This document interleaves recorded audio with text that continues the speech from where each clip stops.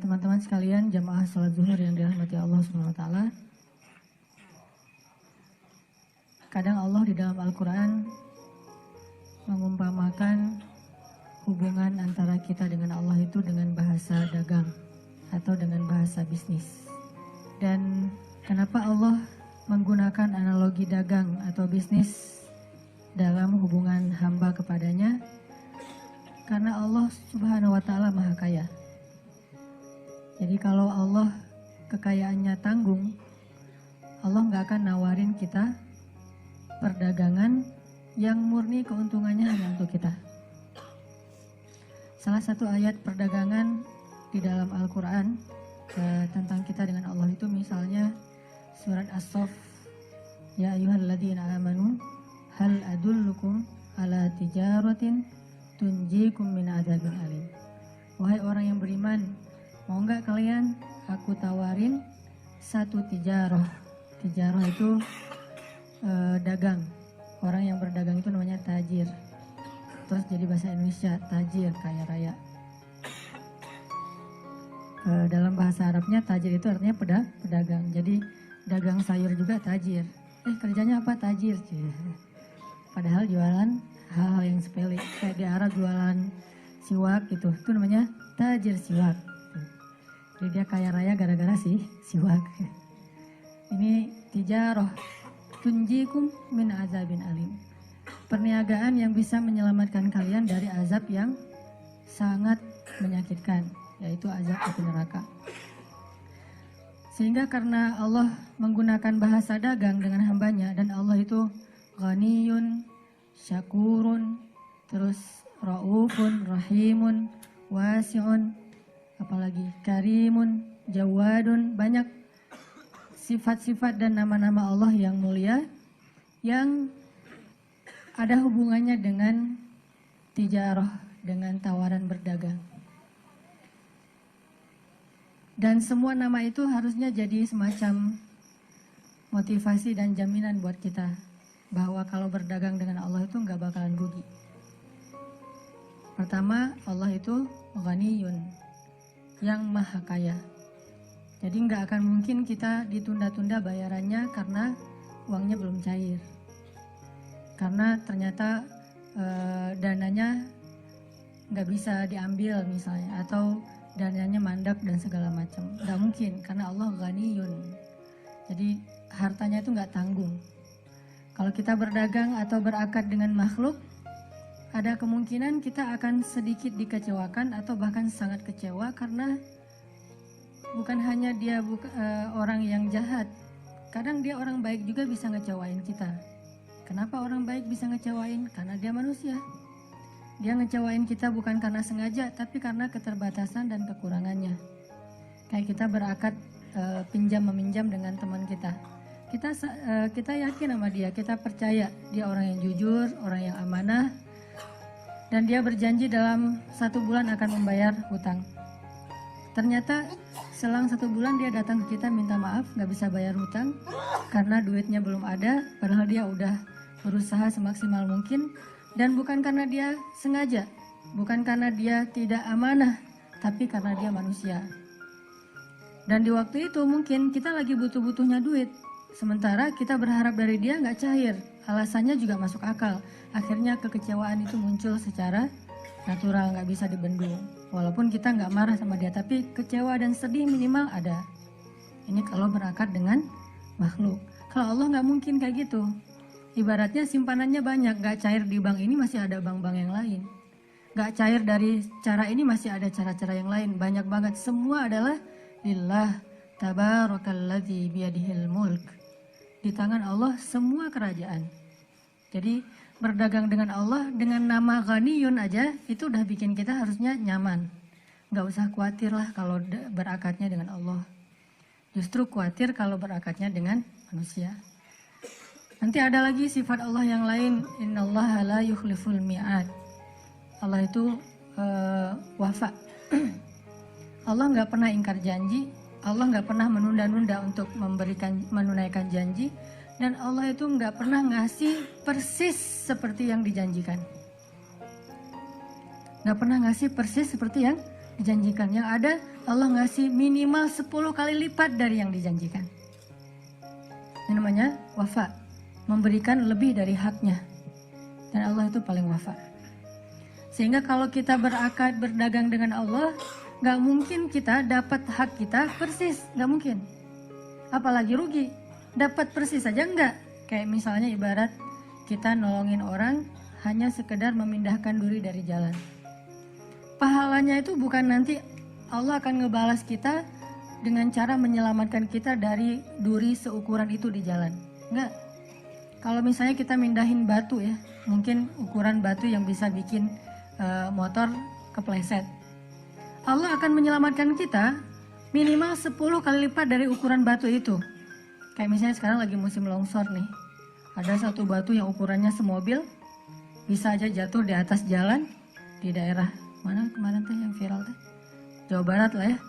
Jatuh di jalan sehingga kalau misalnya, bahkan ada beberapa yang cukup viral tentang kebesaran Allah yang batunya itu jatuh persis kurang dari 1 detik dari jarak mobil yang baru lewat. Minimal 10 kali lipat dari ukuran kebaikan yang kita lakuin. Ini artinya Allah wafa. Jadi nggak ada ruginya. Sama aja nggak ada, apalagi rugi. Ini berakad dengan Allah. Ditambah lagi, Allah nggak mungkin ingkar janji. Kalau Allah sudah berjanji, Allah pasti menunaikan. Dan nggak ada penghalang bagi Allah untuk menunaikan janji. Kalau kita kadang banyak penghalang. Macet bisa berubah janjinya. Kita ketemuan zuhur ya di Telkomsel. Akhirnya datangnya menjelang asar. Kenapa? Kejebak macet, banjir. Namanya kita bisa terbang? Nggak bisa. Allah tidak ada penghalang baginya untuk menunaikan janji. Nggak ada cerita Allah jadi nggak menunaikan janji sama kita gara-gara repot sama Firaun. Nggak ada. Firaun mah nggak ada apa-apanya lah. Bahkan Allah bilang dengan bahasa sombong, dan Allah berhak sombong. Satu-satunya zat yang berhak sombong kan cuma Allah ya. Jadi kalau kita sombong itu kita udah melakukan dosa besar, mengambil hak Allah. Cuman Allah yang boleh sombong. Kayak misalnya ketika Allah memberi Zakaria anak dalam usia yang secara ilmiah nggak mungkin punya anak. Zakaria nanya, gimana caranya saya punya anak? Istri saya mandul, saya udah tua. Kata Allah, qala kadzalika qala rabbuka huwa alayya hayyin. Hayyin itu artinya hin. Hin itu jadi bahasa Indonesia hina. Gak ada apa-apanya, rendah, remeh, kecil itu mah kata Allah. Gitu doang, hayyin kata Allah. Artinya gak ada yang membuat Allah itu sulit untuk menunaikan janjinya. Sehingga Allah la yukhliful mi'ad. Kalau Allah udah berjanji, pasti ditunaikan. Kalau kita sampai berpikir Allah menunaikan gak ya, seolah-olah kita suudzon sama Allah. Seolah-olah Allah itu ada penghalang untuk bisa menunaikan janjinya, walaupun Allah maha baik. Gak ada penghalang. Kalau Allah sudah berjanji, pasti Allah tunaikan. Dan tepat sesuai dengan janji Allah. Tidak mungkin meleset sedikit pun. Detik, bahkan kurang dari detik itu, lebih kecil dari ukuran detik, tepat seperti apa yang Allah janjikan. Banyak lagi nanti syakur. Arti syakur tuh Allah maha menghargai. Gak mungkin ada kebaikan kita terus Allah bilang gitu aja minta diapresiasi. Emang saya gak pernah buat baik sama kamu? Allah gak pernah kayak gitu. Walaupun Allah maha baik dan terus memberikan kebaikan dalam hidup kita, gak pernah Allah misalnya ketika kita ngelakuin satu kebaikan terus Allah bilang kan udah dibalas kemarin, kan udah dibayar kemarin dengan kesehatan, dengan nafas, dengan segala macam. Enggak, tetap aja dibalas. Padahal kebaikan-kebaikan kita seumur hidup bahkan mungkin gak bisa membayar satu hela nafas kita sekalipun. Tapi Allah gak ngitung kayak gitu. Allah gak ngitung kebaikannya kepada kita, dan emang kita juga gak disuruh berhitung. Karena gak akan sanggup ngitung. Wa in ta'uddu ni'matallah la tuhsuha. Kalau kalian pengen ngitung nikmat Allah, kalian gak akan sanggup. Yang Allah minta dari kita itu bukan menghitung, tapi mensyukuri. Dan kalau kita bersyukur, bukan udah memang sepantasnya kalian bersyukur, enggak. La in syakartum la azidannakum. Ditambah lagi tuh syakur. Syukur aja ditambah. Beramal soleh ditambah. Jadi kayak Allah tuh memang seneng ngasih gitu. Seneng ngasih. Cuman Allah pengen lihat kita pantas nggak diberikan. Ada sedikit aja kepantasan pada diri kita, dikasih lebih dari apa yang kita pantas mendapatkannya. Jadi ibarat makanan, Allah tuh udah sediain segala macam. Kita tuh cuma disuruh ngambil sendok terus makan sendiri. Kadang-kadang itu juga disuapin, cuma disuruh buka mulut doang gitu. Terus kita nggak mau buka mulut, alasannya kita bilang, Allah sombong banget sih, saya disuruh buka mulut, kenapa nggak dikenyangin aja, masih banyak mau minta. Padahal udah disiapin, udah dimasak, udah dihidangin, disuapin. Tugas kita cuma buka mulut.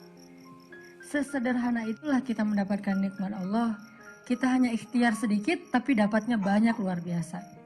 Kadang-kadang ikhtiar yang sedikit ini bikin kita komplain, bikin kita nuduh Allah dengan tuduhan-tuduhan yang gak pantas. Ini artinya teman-teman yang dirahmati Allah, paling aman itu kalau berakad dengan Allah, paling aman udah. Cuman kalau kita banding-bandingin nih ya, biar lebih fair, kenyataannya kita agak-agak gak fair sama Allah. Contoh nih, kalau kita bandingin akad kita dengan Allah dan akad kita dengan makhluk. Allah kan kadang-kadang ngomong di Al-Quran tuh, siapa yang meminjamkan harta terbaiknya kepada Allah, nanti Allah ganti berkali lipat kan ya. Ini kan konsep riba sebetulnya kan ya. Karena Allah tuh emang mengharamkan riba kalau kepada sesama makhluk. Tapi menggunakan riba kalau kepada dirinya sendiri. Makanya Allah menggunakan istilah yamhaqullahu riba wa yurbi as-sadaqat. Allah menghapus riba tapi meribakan sedekah. Bahasa kalau kita terjemahkan secara bahasa ya, yurbi itu kan dari kata riba. Yamhaqullahu riba wa yurbi as-sadaqat. Allah menghapus riba kalau kepada sesama makhluk, tapi meribakan sedekah kalau ke Allahnya. Arti meribakan sedekah, kalau kita kasih 1, Allah balas 700 kali lipat, berarti kan riba. Tapi kalau dengan Allah nggak masalah. Kenapa? Allah nggak akan terzalimi oleh riba kita. Para Allah maha kaya. Tapi kalau makhluk diribain, kan jadi sulit buat dia, jadi zalim. Kalau Allah tidak masalah. Lebih dari 700 kali lipat juga nggak masalah, karena Allah bilang bighairi hisab, tanpa batas. 700 itu hanya hitung-hitungan yang kita bisa bayangin. Tapi di akhir ayat tetap ada kalimat bighairi hisab, nggak ada batas. Allah bilang, siapa yang meminjamkan hartanya kepadaku, sedekah, zakat, wakaf, segala macam lah, termasuk nafkah kepada istri, kepada keluarga. Siapa yang meminjamkan hartanya kepadaku, aku ganti berkali-kali lipat. Siapa yang menyimpan hartanya di sisi Allah, Allah ganti. Jelas tuh ayatnya tuh. Belum lagi nanti dikuatkan dengan hadis-hadis yang sahih. Tapi kenyataannya, kadang kita masih agak ragu nyimpan uang ke Allahnya. Lebih yakin nyimpan uang ke makhluk. Berapa tabungan kita di bank? 100 juta? Khawatir nggak dengan angka segitu kita taruh di orang lain? Nggak khawatir, kenapa? Itu bank. Itu jelas pertanggungjawabannya. Itu nggak mungkin akan dirugikan, bahkan yang ada bertambah. Mau itu konvensional, mau itu juga syariah. Yang jelas naruh uang di situ kita yakin banget ratusan juta. Tapi naruh uang di Allah, zakat, sedekah yang jauh lebih kecil dari itu, kadang mikir, berkurang, ini nggak fair nih. Ini artinya kita sebetulnya nggak yakin-yakin amat bahwa Allah itu maha baik, maha memberikan berkali lipat, maha menunaikan janji. Nggak yakin-yakin amat, walaupun lisan kita terus mengatakan sadaqallahul azim, sadaqallahul azim. Kan kalimat sadaqallahul azim itu kalimat tasdik ya, kalimat pembenaran. Dan dia boleh diucapin di setiap habis satu ayat juga boleh, nggak harus di akhir bacaan. Walaupun kebiasaan di Indonesia mah sadaqallahul azim itu penutup bacaan kan. Kalau misalnya ada yang baca Qurannya lama banget, terus ada yang nyindir dari belakang, sadaqallah, sadaqallah gitu kan ya, biar nutup gitu bacaannya. Padahal sadaqallah itu artinya maha benar Allah kan dia membenarkan, tasdik. Dan orang yang selalu mentasdik itu namanya siddiq, seperti Abu Bakar as-Siddiq. Bisa aja kita bilang alif lam mim, Allahu alam wa sadaqallah. Dzalikal kitabul la raiba fi, sadaqallah. Hudal lil muttaqin, sadaqallah, bisa aja walaupun gak harus selalu dengan lisan, tapi dalam hati juga boleh. Yang jelas kita selalu bilang dengan lisan kita sadaqallah, sadaqallah, sadaqallah, tapi kenyataannya kita gak bisa bohong lah. Di hati kita tuh sebetulnya gak yakin-yakin amat bahwa Allah itu maha benar. Ini yang kita perlu bangun. Makanya buat saya, belajar mengenal Allah, belajar akidah itu bukan belajar teori tentang Allah, rububiyah, uluhiyah, asma, sifat, itu wawasan lah. Dan itu dipelajari oleh para ulama. Tapi yang paling inti belajar akidah itu adalah belajar yakin sama Allah. Kadang kita nggak tahu istilah rububiyah, tapi yakin banget sama Allah yang maha memelihara. Kita nggak tahu istilah uluhiyah, tapi kita muwahhid banget ke Allah, nggak pernah menyekutukannya. Kadang kita nggak hafal semua asma dan sifat-sifat Allah Subhanahu Wa Taala, tapi kita selalu yakin dengan janji-janji Allah. Itu orang yang sudah berakidah dengan baik. Tapi ada orang yang rububiyahnya paling ahli, bahkan dia menulis buku tebal, doktor di bidang rububiyah, doktor di bidang uluhiyah, doktor dalam asma dan sifat. Wawasannya banyak, sehingga di Arab itu ada istilah maklamah. Maklamah itu kita terjebak di era banyak teori.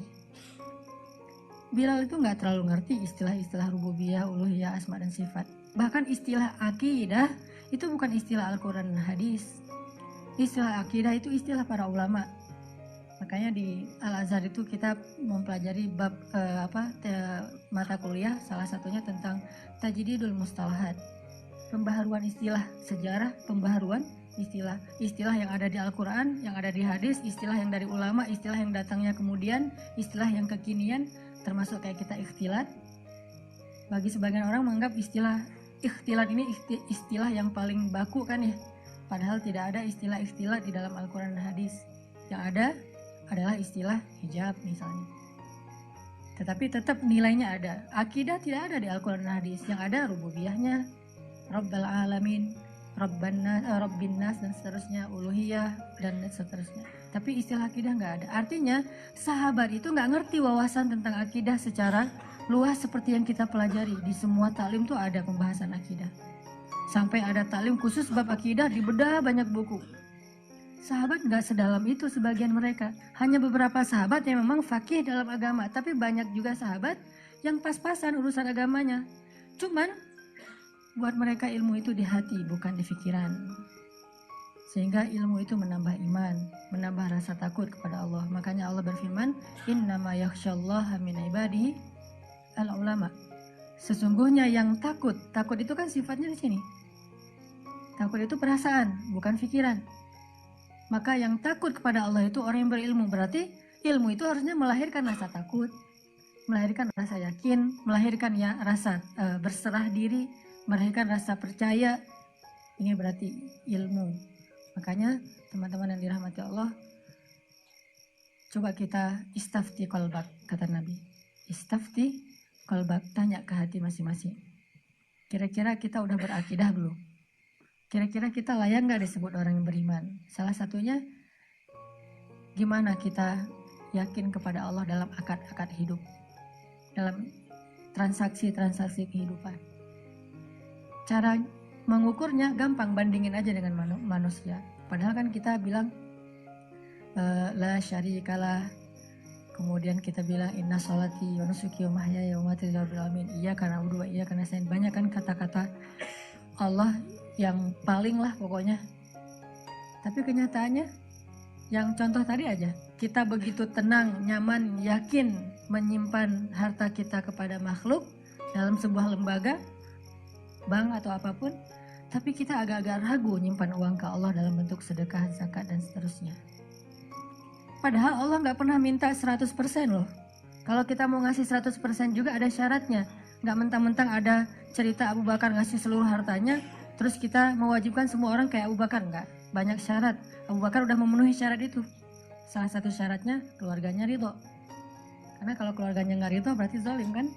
Ada seorang sahabat pengen nyedekahin semua hartanya sebelum dia wafat. Kata Nabi, kamu punya anak? Punya. Kalau gitu jangan semuanya. Setengah boleh nggak Nabi? Kebanyakan.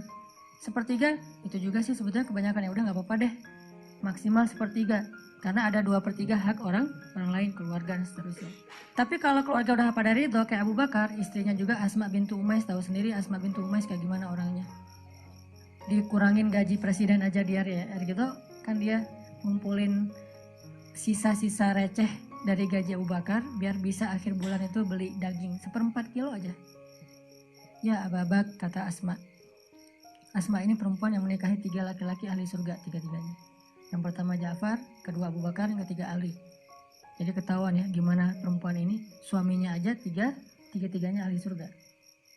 Ya Abu Bakar, kita udah lama nih nggak makan daging sejak kamu jadi khalifah. Boleh nggak saya sisain dikit aja dari belanja bulanan, kalau nanti bisa beli daging, boleh kalau masih bisa, kata Abu Bakar. Disisain receh, uang 200 rupiah, 500 rupiah disisain. Akhirnya terkumpullah setelah beberapa bulan, bisa nih beli daging 1/4.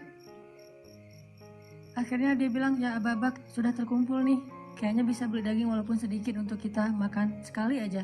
Kata Abu Bakar, astagfirullah, berarti gaji saya masih ada lebihnya. Kasih ke Baitul Mal, mulai bulan depan gaji saya dikurangin seukuran dengan yang bisa disisain. Asma bintu Umais, sami'na wa ata'na. Enggak, ceraikan saja, pulangkan saya, enggak. Asma bintu Umais. Makanya apakah istri kita Asma bintu Umais? Dan apakah kita Abu Bakar? Kita bukan Abu Bakar dan istri kita bukan Asma bintu Umais. Jadi kita mending pakai aja teladannya Sa'ad bin Abi Waqqas mungkin, atau Muaz bin Jabal, atau minimal Abdurrahman bin Auf. Gimana Abdurrahman bin Auf? Minimal ya. Ketika Abdurrahman bin Auf ngelihat istri-istri Nabi ditinggalkan oleh Rasulullah, kan jadi janda nih, dan istri Nabi kan nggak boleh nikah lagi, sehingga harus ada yang nafkahi. Maka Abdurrahman bin Auf memberikan masing-masing istri Nabi hadiah sebesar 21 miliar satu orang. Ada 9 orang, 21 miliar. Dan itu receh lah buat Abdurrahman mah. Abdurrahman kok gede banget, berapa emang 21 miliar? Emang saya pernah ngasih segitu? Lupa. Kita ngasih 1000 aja ingat sampai mati gitu ya. 21 miliar satu istri Nabi, bayangin. Jadi artinya, ini maaf ya, gimmicknya kebanyakan kemana-mana. Intinya mah, kalau kita berakar dengan Allah, nggak mungkin kita rugi. Cuman mau jujur, tanya aja ke hati sendiri. Sama nggak? Sama aja nggak boleh sebetulnya. Masih kurang fair kalau sama. Harusnya Allah lebih ya. Tapi sama juga belum.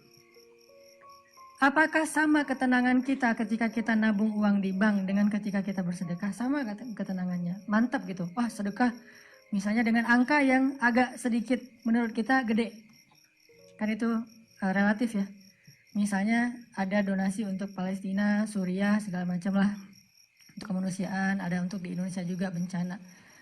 Kalau ngasih 100.000 mungkin kita nggak mikir. Dan 100.000 juga pulsa kita kurang ya. Kuota kita mungkin lebih dari itu. Atau sekali kita ngopi, 1 gelas udah 50.000, 60.000. Berdua sama teman kita, atau berdua sama pasangan kita udah sekali duduk di kafe itu udah 200.000. Jadi 100.000 buat kita bukan angka yang harus yakin dulu baru ngeluarin. Nggak sengaja juga keluar kadang-kadang ya. Nah, parkir berapa? Jadi bukan angka yang besar lah. Coba, mungkin buat kita angka yang besar itu 1 juta. Apakah kita ngerasain ketenangan ketika berinfak 1 juta seperti ketenangan ketika kita naruh uang di bank 1 juta? Sama nggak? Kalau sama, naikin lagi. 2 juta? 5 juta, 10 juta, sampai angka yang ketika di bank juga kita nggak yakin, ke Allahnya yakin. Itu baru lebih luar biasa tuh. Kayaknya nggak ada angka ke bank kita nggak yakin kan? 1 miliar juga kita yakin. Kalau ada duit 1 miliar, taruh di bank. Justru lebih ragu kalau disimpan sendiri. Taruh di bank lebih yakin. Berarti harusnya walaupun Allah nggak akan minta segede itu, kita nggak perlu ragu untuk berinfak di jalan Allah. Udah ngasih aja. Kalau saya punya hashtag lah ya, yang saya coba belajar ngamalin sedikit-sedikit untuk sendiri. Sedekah sesering belanja. Sedekah sesering belanja, terutama belanja yang bukan kebutuhan pokok. Mungkin kebutuhan pokok kita sebulan sekali belanja di supermarket 1,5 juta misalnya. Sisanya kita kan masih sering belanja tuh, ngafe, belanja baju, apa segala macam. Apalagi kalau lagi keluar kota, dinas, pulang-pulang pasti minimal belanjanya 500.000. Kalau nggak 1 juta. Saya punya hashtag sedekah sesering belanja. Kalau saya belanja 1 juta, saya harus sedekah minimal 300.000 sepertiganya. Ini buat sendiri, bukan fatwa ya, bukan hukum fikih. Motivasi nih, motivasi buat sendiri. Karena nggak boleh memfatwakan lebih dari standar fikih kan. Tapi kan boleh memotivasi lebih dari standar fikih. Makanya beda bahasa fadhailul amal dengan bahasa fatwa wal fikih. Fatwa fikih. Kalau ditanya fikihnya, ya sedekah semampunya, yang lebih atau yang bahkan yang receh kalau bahasa kasarnya. Tapi kalau motivasi, coba 1/3 deh. Berarti kalau kita belanja 1 juta, budget kita 1.300.000. Begitu selesai belanja 1 juta, langsung saya udah save rekening sosial atau rekening kemanusiaan, transfer. Karena kalau transfer nggak berasa ya, lebih enak gitu. Kalau uang kertas kan, aduh tebal Kalau transfer tinggal ketik, kirim. Ujung-ujungnya lama-lama, oh kenapa tinggal segini saldonya gitu. Pokoknya biasain kayak gitu. Jadi kita sisi positifnya apa? Pertama, kan tujuan bersedekah itu salah satu goals dari sedekah itu apa? Menghilangkan rasa kikir kan? Salah satu goals dari sedekah itu menghilangkan rasa kikir. Jadi ukuran sedekah yang afdol itu adalah ukuran yang bisa membuang rasa kikir di hati kita. Gimana membuang rasa kikir? Sampai kita ngerasa nggak sayang lagi dengan uang itu untuk diberikan kepada Allah. Itu berarti udah hilang rasa kikir. Sampai kita merasakan membantu orang lain itu lebih berharga daripada menyimpan atau menumpuk-numpuk harta.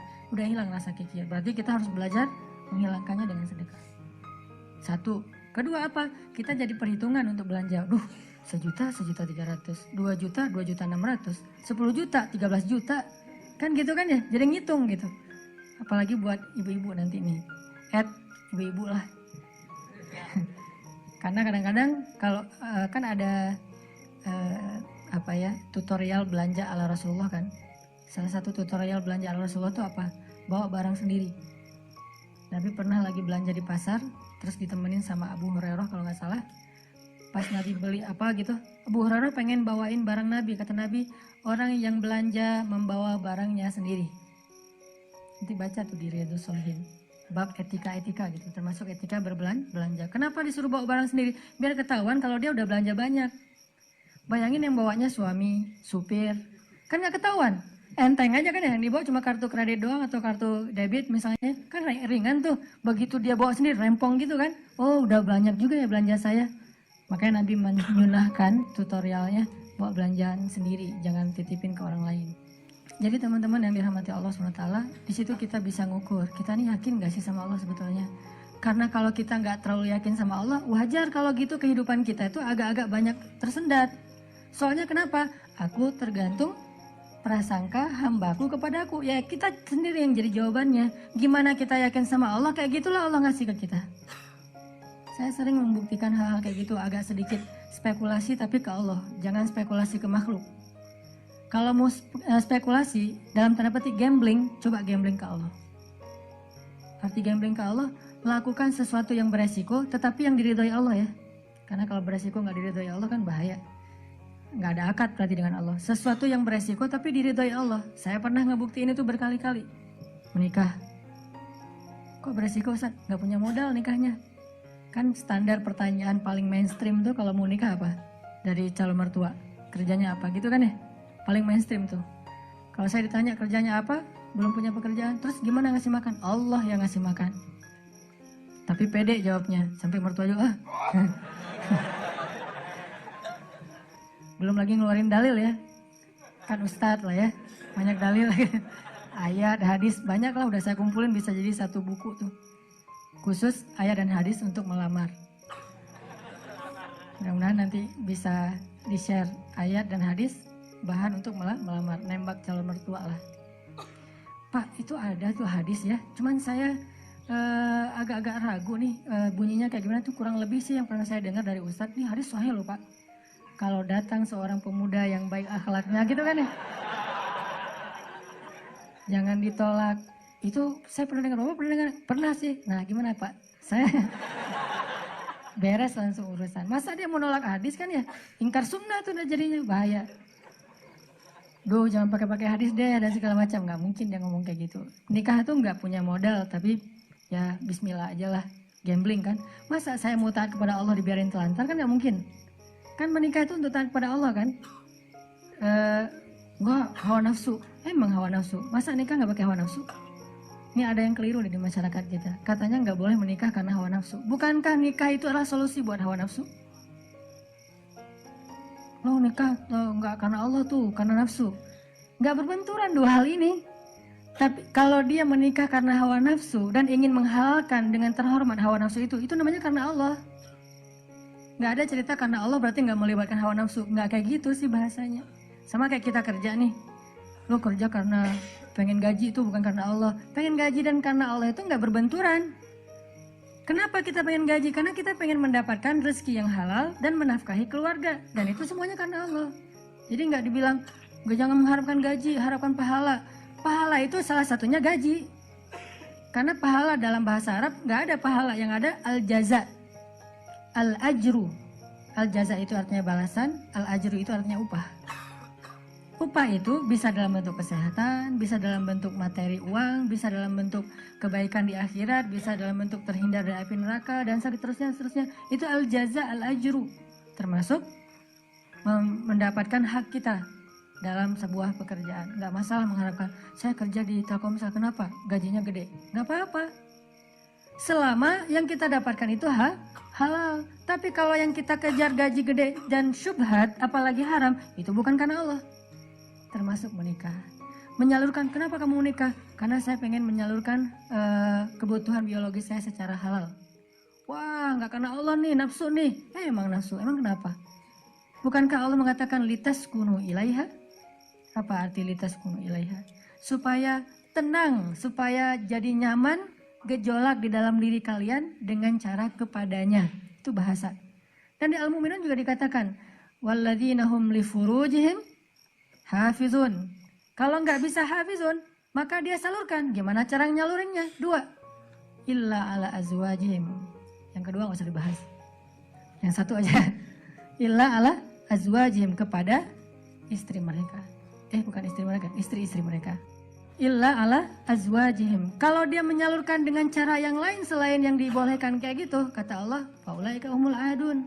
Dan Allah nggak suka kepada orang yang melampaui batas. Jadi menikah karena Allah, karena saya ingin menyalurkan kebutuhan biologis secara halal misalnya. Makanya mencari yang sesuai dengan kriteria masing-masing. Kalau misalnya ada yang kriterianya harus yang Arab, cari aja Syarifah, Habaib apa. Kalau Habib perempuannya Syarifah kan ya. Atau saya pengen yang Oriental, pergi aja ke Korea lah atau ke Jepang. Saya pengen yang misalnya etnik, nah, bisa di Indonesia misalnya. Ini mas selera, nggak masalah. Bukankah Nabi justru mengatakan memilih perempuan itu yang pertama justru fisiknya?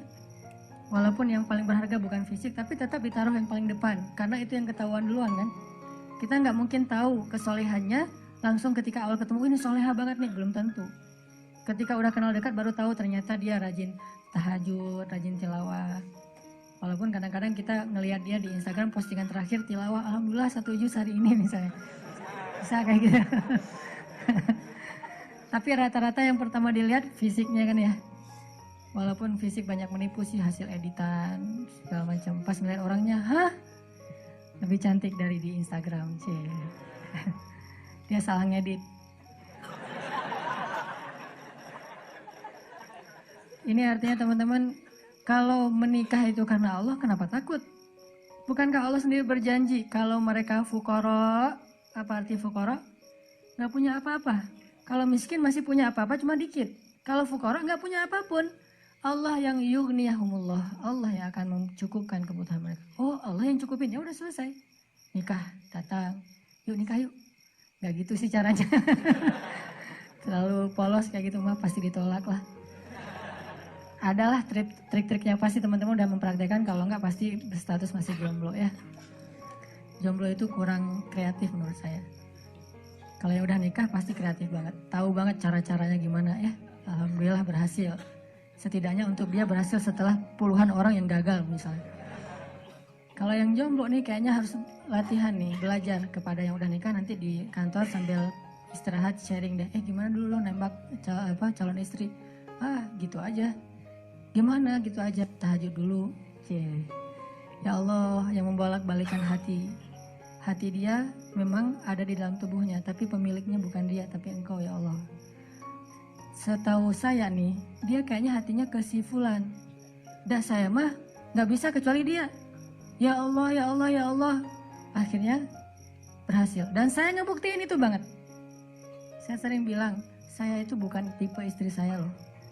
Sangat bukan tipe istri saya. Ada 4 hal yang pantang buat istri saya. 4-4-nya ada di saya. Subhanallah. Kok bisa berhasil, Ustaz? Dia berdoa, ya Allah, jangan itu, jangan itu, jangan itu, jangan itu. Saya cuma berdoa sekali, ya Allah, please yang itu. Ternyata tiba-tiba ya, kelepek-kelepek, gak berhasil dia. Saya tanya, kenapa kamu milih saya? bukankah empat-empatnya ada pada saya? Pertama, nggak mau orang Sumatera. Katanya orang Sumatera itu keras. Saya dulu. Orang Sumatera itu keras. Orang Aceh, Sumatera, kuliah di Mesir. Nggak Mesir mah, Sumateranya Arab. Kan Arab juga ada Sundanya, ada Jawa ya. Sundanya Arab itu kayak Yaman. Itu Sundanya Arab, lembut-lembut. Sampai Nabi sendiri mengakui kan, orang Yaman itu hatinya lembut. Kalau Jawanya Arab itu yang ulet gitu kerja itu Palestina. Karena Palestina itu terkenal dengan keteguhannya. Tapi kalau Sumateranya Arab, yang ngomongnya keras gitu, belak-belakan, spontannya luar biasa, itu Mesir banget. Di Mesir nggak ada ceritanya kita nunggu Damri itu nggak ada. Yang ada ngejar Damri. Kita nunggu di halte, Damri ngeliat kita makin iseng tuh, dicepetin. Mahasiswa cepat begitu. Kita lari ngejar. Yang nggak biasa naik Damri itu mahasiswa Malaysia, karena mereka kan beasiswa dari kerajaan, sehingga dianjurkan jangan naik Damri, naik taksi. Tapi kadang-kadang mereka kehabisan duit juga naik Damri, begitu turun berlawanan arah itu ngegelundung tuh. Kita di atas ketawa-ketawa aja, Malaysia. Bukan negaranya ya, orangnya karena terbiasa naik taksi, naik MRT. Dan kita mah Damri, dusak-dusakan. Kalau udah ramai di dalam Damri marah-marah, sallu ala Nabi, udah sallallahu alaihi wasallam. Cara paling sederhana mendamaikan orang di Mesir itu suruh salawat. Wah, humar segala macam. Mereka kalau ngomongnya kasar tuh nyebutnya humar, keledai. Karena keledai itu kan simbol hewan yang bodoh di Al-Quran kan. Ya humar gitu dan segala macam humar. Sallu ala Nabi sallallahu alaihi wasallam. Ya, mulai lagi gitu. Tapi pas salawat mereka bisa cooling down dulu dikit. Saking menghargai Rasulullah ya. Kadang-kadang ada juga yang sambil marah. Sallu ala Nabi sallallahu alaihi wasallam. Di Mesir, orang Sumatera kuliah di Mesir, kebayang kan? Udah Sumatera itu mungkin agak keras, kuliah di Mesir. Jadi wataknya tuh terbentuk dengan dua negeri. Alhamdulillahnya ketemu orang Jawa yang mungkin beda banget dengan Sumatera. Nggak mau dia orang Sumatera. Saya Sumatera. Sumatera Aceh pula. Dan Aceh di tempat markasnya GAM. Aceh PD. Dan itu kan GAM dulu banyak di situ ya. Terus yang kedua, nggak mau yang kulitnya dof.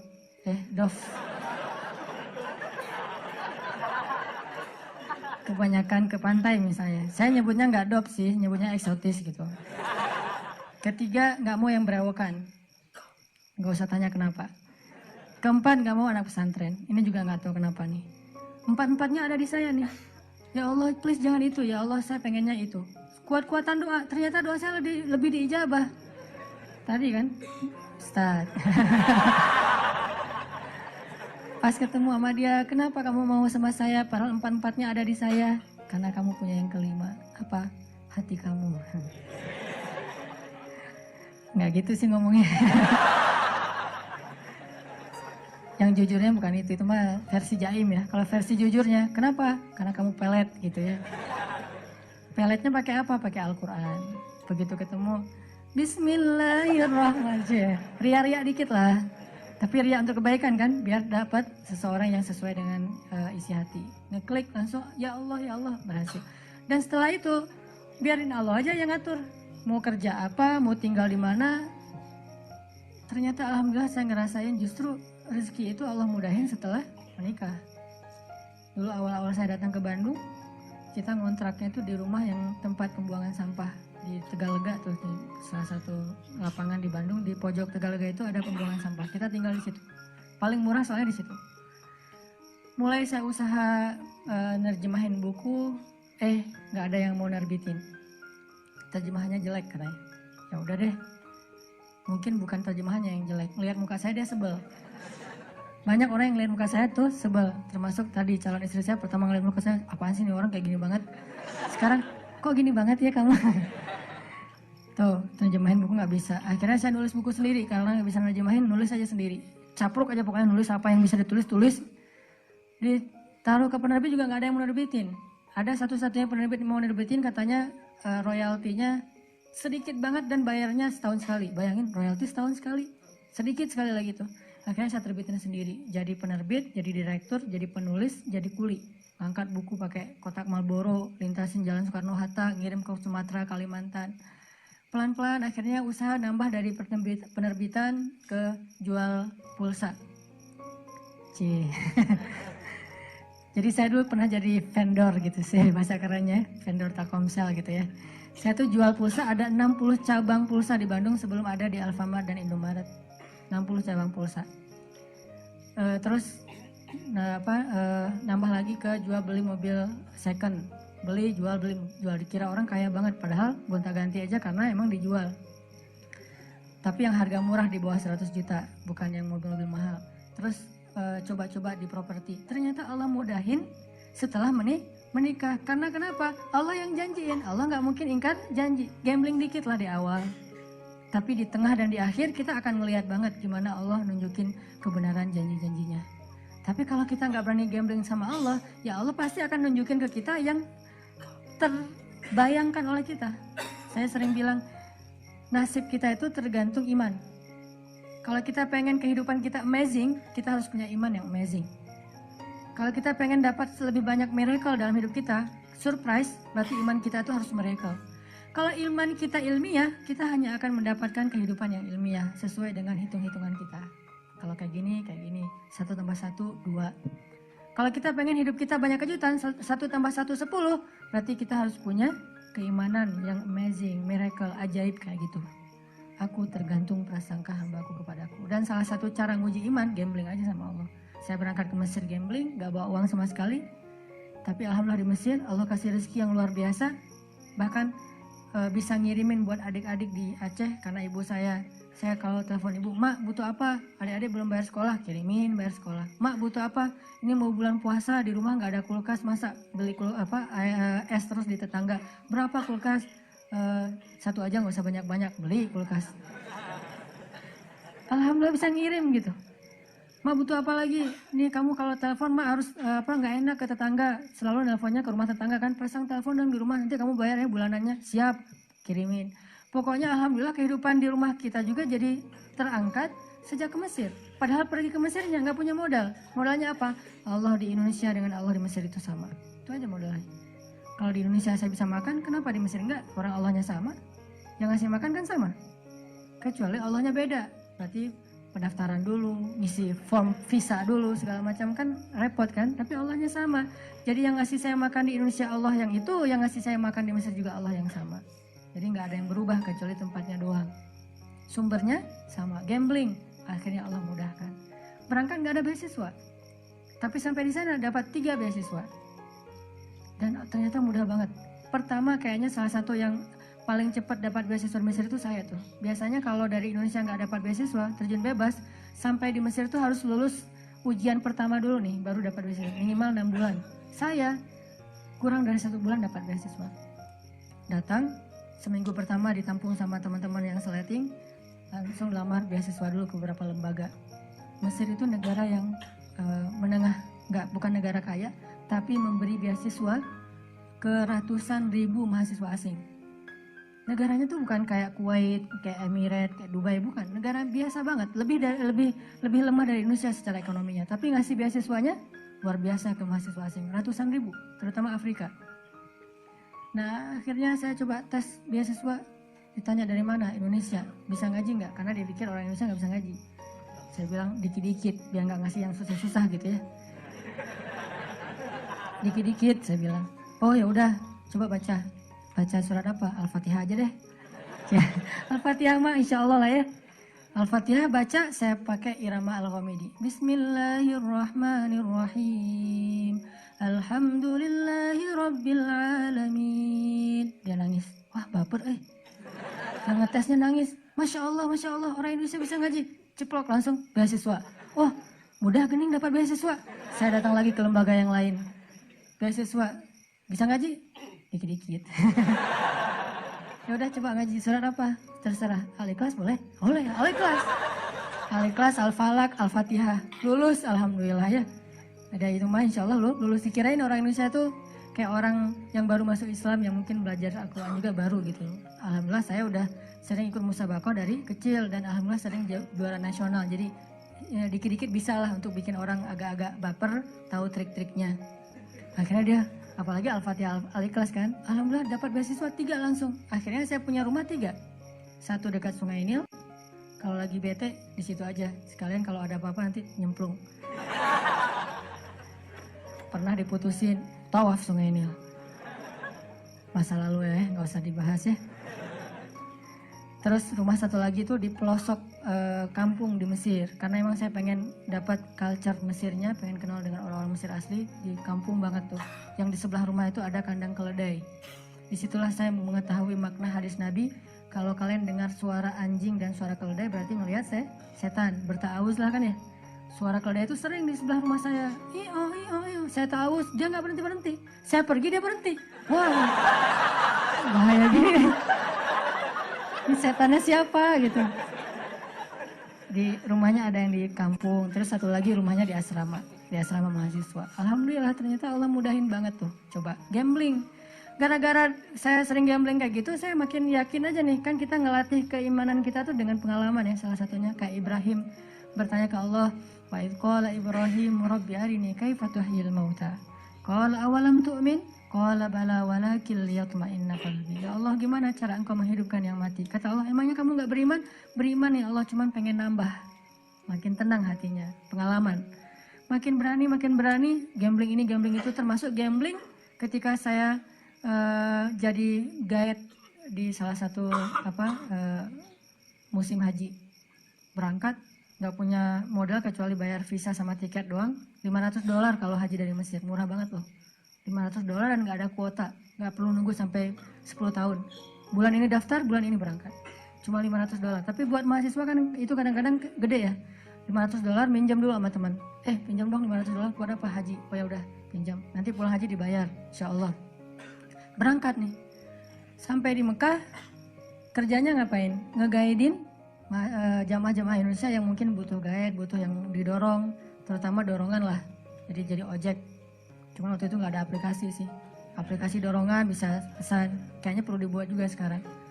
Saya nyewa dorongan itu wheelchair, duduk depan Masjidil Haram gini. Mana ini yang kelihatan agak-agak cacat atau apa gitu kan. Kayak hiu nyari mangsa gitu. Mana nih yang agak kesasar. Nggak ada. 2 hari nggak ada. Akhirnya 2 hari saya cuma minum air zam-zam doang tuh. Nggak makan. Cuma minum air zam-zam, tidur. Minum air zam-zam, nungguin. Nggak ada. Hari ketiga, alhamdulillah lagi duduk-duduk depan Masjidil Haram, lewat ibu-ibu kayak culang-culang gitu, kayak apa, bingung gitu kan ya, nih arah kemana sama anaknya. Nah ini kayaknya ada ciri-ciri nih. Saya datengin, Bu, kenapa kesasar? Iya nih nak, saya kesasar, rumah saya tuh dari jamaah Solo, maktab saya nggak tahu di daerah mana. Ibu nggak bawa identitas? Iya ketinggalan tadi tasnya pas buru-buru. Wah, saya juga baru pertama haji nih, belum tahu juga tempat maktab-maktab kayak gituan. Tapi bismillah lah, gambling karena Allah. Makanya kalau berani gambling sama Allah, nggak mungkin dikecewain. Saya yakin banget tuh, saya buktiin. Bu, ikut saya aja, insya Allah kita cari rumah ibu. Kemana anak arahnya? Ke situ Bu. Saya juga nggak tahu. Ikutin aja. Ibu itu ikutin, jalan. Bismillah, la haula. Kan kata Nabi, la haula wala quwata illa billah itu melahirkan keajaiban kan ya. Sampai ada sahabat yang baca la haula, tiba-tiba anaknya yang disandra tiba-tiba lepas dan selamat. La haula wala quwata illa billah, la haula wala quwata illa billah. Jalan, gak lama kemudian sekitar setengah jam jalan, lumayan lama sih. Setengah jam, akhirnya ibu tuh bilang, Masya Allah itu maktabnya ibu, itu teman-temannya ibu. Sampai persis di depan maktabnya. Oh ya alhamdulillah, emang arahnya ke sini sih Bu dari tadi juga. Maktabnya ibu nih. Akhirnya dia datang, pelukan sama teman-temannya, udah tunggu kemana aja dari pagi kita tungguin, kirain kesasar kemana. Ya saya kesasar, untung ditolong sama adek ini. Dari mana dek? Dari Al-Azhar Mesir. Oh ya alhamdulillah bisa digayadin kita dong. Alhamdulillah insya Allah. Besok langsung janjian, jam sebelum subuh saya udah on time di depan maktab mereka. Datang, alhamdulillah besoknya kita guidein, terus kalau ada pemotongan hewan kurban kita potongin, dapat rezeki dari Allah. Gak mungkin saya datang ke rumah Allah, pertama untuk ibadah, kedua untuk mencari rezeki. Bukan buat saya doang, buat keluarga yang ada di Aceh juga. Dan saya niatkan karena Allah, gak mungkin pulangnya tangan kosong. Tidak ada yang datang kepada Allah pulang dalam keadaan kecewa, mustahil, itu prinsip. Gak ada yang datang kepada Allah pulangnya kecewa, itu gak ada. Yang datang ke Nabi aja nggak pernah pulang kecewa, apalagi pada robnya Nabi. Nabi itu nggak pernah bikin orang kecewa. Yang datang kepada beliau pasti bawa sesuatu. Kalau minta sesuatu kepada Nabi nggak mungkin ditolak, apalagi Allah. Jadi saya yakin nih, Pokoknya saya datangnya jangankan ke Mekah, ke Mesir aja yang jauh dari Ka'bah, Allah tolong, apalagi ini di dekat Ka'bah. Walaupun awalnya Allah pengen nguji iman kita, masih percaya nggak setelah 2 hari nggak makan? Percaya kok tetap ya Allah, cuman lapar sih ya Allah, gitu. Curhat aja sama Allah, kan kita, Allah maha baik ya, jangan terlalu kaku lah sama Allah. Ya Allah, saya adalah, nggak usah gitulah. Ya Allah, saya lapar nih, kan Musa gitu, pas lagi di bawah pohon di Madian. Ya Allah, saya lapar sementara engkau dan saya fakir kepada kebaikan darimu. Langsung Allah beri, bukan cuma makan, sampai istri juga dikasih sama Allah. Akhirnya pulang-pulang alhamdulillah bisa bayar hutang. Mak, butuh apa? Kirimin. Setiap tahun kayak gitu. Pulang dari Indonesia, dari Mesir kayak gitu, sampai sekarang hidup suka gambling. Sehingga angka 1/3 dari uang belanja itu kecil kalau dengan keyakinan kepada Allah, nggak mungkin ngecewain. Karena udah terbiasa kayak gitu. 1/3 mah pasti diganti lah, ntar lagi juga. Ketika ada musibah dikit, berakatnya dengan Allah. HP saya waktu itu harganya sekitar 1,5 juta. Jatuh nih. Gara-gara buru-buru mau tahajud di masjid. Jam 2 tahajud, jam 2 saya bangun. Kan udah telat nih. Jadi panik, nyambar HP, jatuh. Layarnya retak, nggak bisa dipakai. Saat itu juga saya bilang, Allah, beri saya pahala dalam musibah ini, beri saya ganti yang lebih baik darinya. Tenang udah. Sholat tahajud, subuh, pagi-pagi diganti dengan Note 5 yang waktu itu harganya masih 10 juta. Allah kasih cash dalam hitungan jam. Tergantung prasangka kepada hambanya. Dan jangan selalu mengidentikan bahwa pemberian Allah itu sedekah. Enggak. Bisa dikasih sebuah proyek, bisa dikasih lewat sebuah mungkin ada orang yang dulu udah lama, kita udah lupa juga dia punya utang sama kita, tiba-tiba bayar. Banyak cara lah buat Allah. Saya pernah mobil saya diserempet sama aparat. Dia yang salah tapi dia marah-marah. Nabrak dari belakang. Wah, tabrak. Dia turun duluan, marah-marah duluan. Nyuri start gitu. Pas saya, wah ini aparat, mau diramein susah. Ya udah deh. Akhirnya dia pergi. Saya harus memperbaiki kendaraan saya 1,5 juta. Nggak bisa akad dengan makhluk karena dia zalim. Saya akad dengan Khalik yang maha baik, yang syakur. Ya Allah, beri saya ganti yang lebih baik dari ini. Seminggu kemudian, saya ada suatu urusan pekerjaan, dapat ganti dari Allah 15 juta, 10 kali lipat dari yang sudah diambil. Dan jangan bilang, kalau enggak tadi udah jadi 16,5 juta loh. Enggak. Kan kita kadang-kadang ngitungnya suka gitu ya. Padahal kalau enggak ada 1,5 juta yang kita ikhlasin, enggak ada 15 juta. Jadi tetap 15 juta sebetulnya. Ya Allah, kalau kemarin enggak ada kecelakaan itu pasti saya udah dapat 16,5 juta nih. Ini agak-agak terlalu tamak ya. Intinya teman-teman yang dirahmati Allah, yuk kita belajar berakad dengan Allah itu di hati. Bukan cuma inna sholati wa nusuki wa mahyaya wa mamati lillahi rabbil alamin secara lisan, tapi libatkan hati kita. Kalau berinteraksi dengan makhluk, berakad dengan makhluk lewat lisan. Saya terima nikahnya gitu kan ya. Nikah, apa aja lah pokoknya. Lisan kan. Tapi kalau dengan Allah, hati. Karena kalau nggak melibatkan hati, nggak sah akad kita dengan Allah. Walaupun lisan kita ngucapin yang paling manis sekalipun. Karena orang munafik lebih manis dari itu. Nanti baca di surat Al-Munafikun. Gimana kata-kata orang munafik. Baca lagi surat Al-Jumu'ah. Baca lagi surat-surat lain tentang orang munafik. At-Taubah. Banyak kan cerita-cerita orang munafik yang lisannya baik. Tapi hatinya nggak terlibat. Maka Allah mengatakan. Fi qulubihim marad. Yukhadi'un Allah. Yuk kita berakad dengan Allah. Dengan melibatkan hati. Yaitu yakin. Insya Allah dengan begitu Allah akan tunjukin keajaiban dalam hidup kita, memudahkan urusan-urusan kita, memberikan kita kebaikan-kebaikan yang tidak terhingga. Itu aja yang bisa saya sampaikan. Barakallahu li wa lakum. Wassalamualaikum warahmatullahi wabarakatuh.